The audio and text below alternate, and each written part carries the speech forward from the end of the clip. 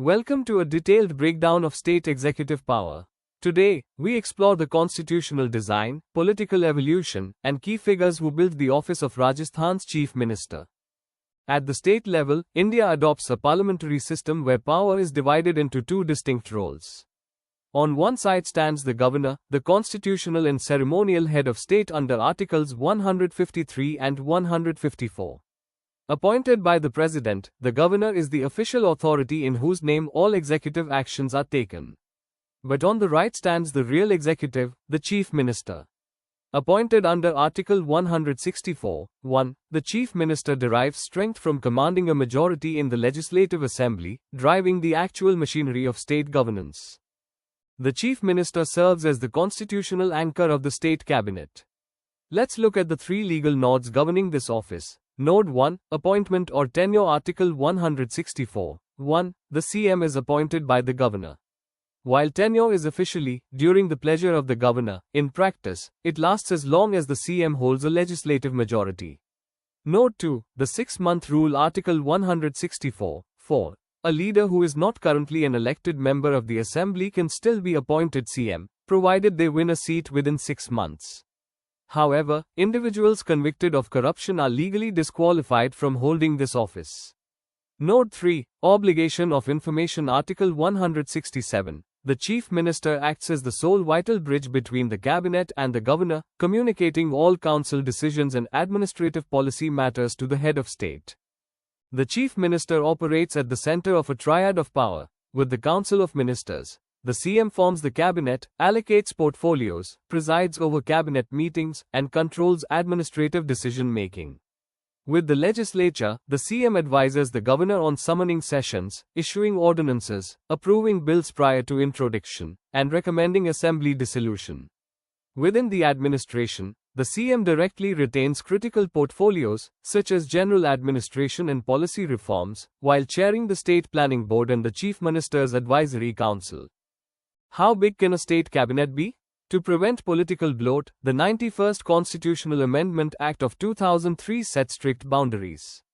The law, the Council of Ministers cannot exceed 15% of the total strength of the Legislative Assembly and must have a minimum of 12 members. The math, Rajasthan's assembly has 200 seats. 15% of 200 caps the maximum cabinet size at 30 ministers, including the CM. Current snapshot, Rajasthan's Executive Council functions safely within this limit, consisting of 1 Chief Minister, 10 Cabinet Ministers, and 10 Ministers of State, totaling 21 ministers. Before Rajasthan held its first democratic elections, executive authority went through 4 unique phases between 1949 and 1952, April 1949 to January 1951.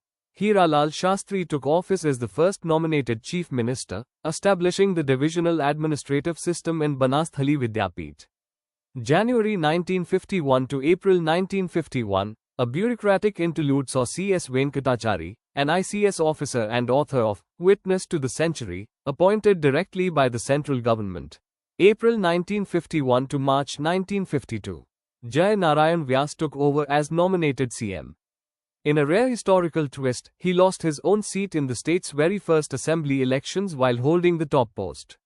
March 1952 to October 1952, following general elections, Tikaram Paliwal became the first democratically elected Chief Minister of Rajasthan, later stepping into the role of Deputy CM.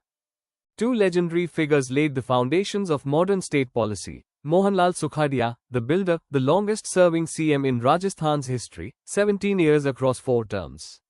Known as the creator of modern Rajasthan, he initiated the monumental Indira Gandhi Canal project and launched India's landmark democratic decentralization, the Panchayati Raj system in Nagaur in 1959.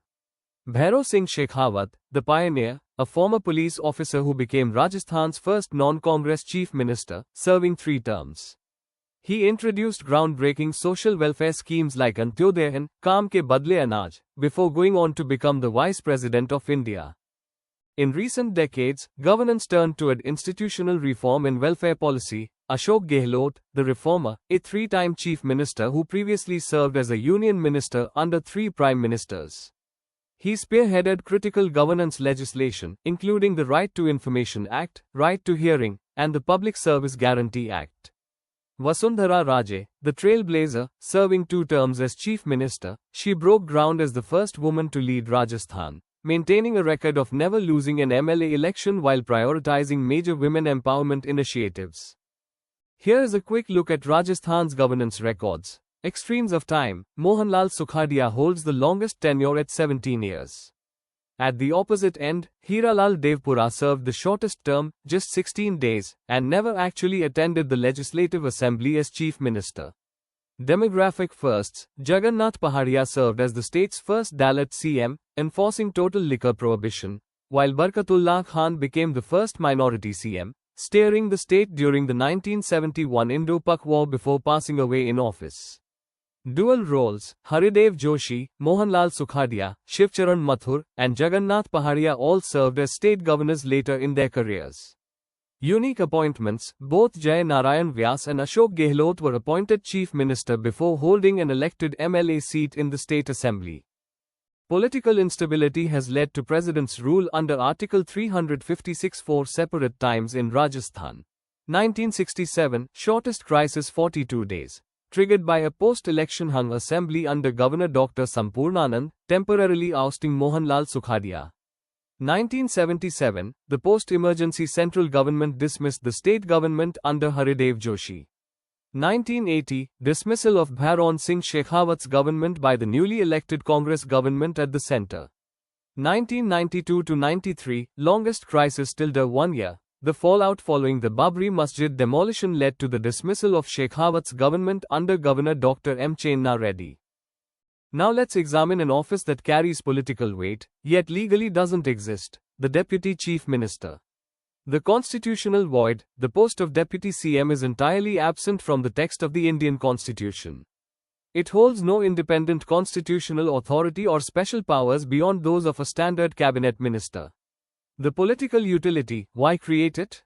It is a political strategy designed to achieve political equilibrium, balancing caste, regional, or internal party factions without formally splitting the constitutional authority vested exclusively in the Chief Minister. Throughout Rajasthan's history, key figures have held this political office. The first, Tikaram Paliwal, served as the state's first Deputy CM, 1952 to 1954, after stepping down as Chief Minister.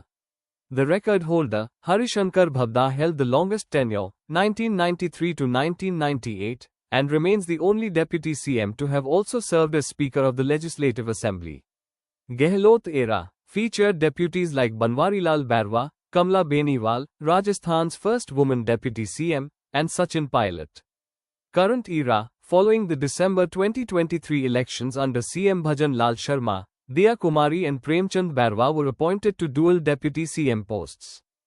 To conclude, Rajasthan's governance model is framed by a rigid constitutional architecture under Article 164. Yet, its day-to-day execution is shaped by the human element, from Mohanlal Sukhadia's infrastructure legacy to modern welfare reforms. Whether navigating constitutional crises or inventing pragmatic roles like the Deputy CM, the history of Rajasthan's executive shows that while legal blueprints set the boundaries, political leadership determines the real impact of governance. Thank you for watching. Don't forget to subscribe, like, share, comment if you enjoyed this quick revision.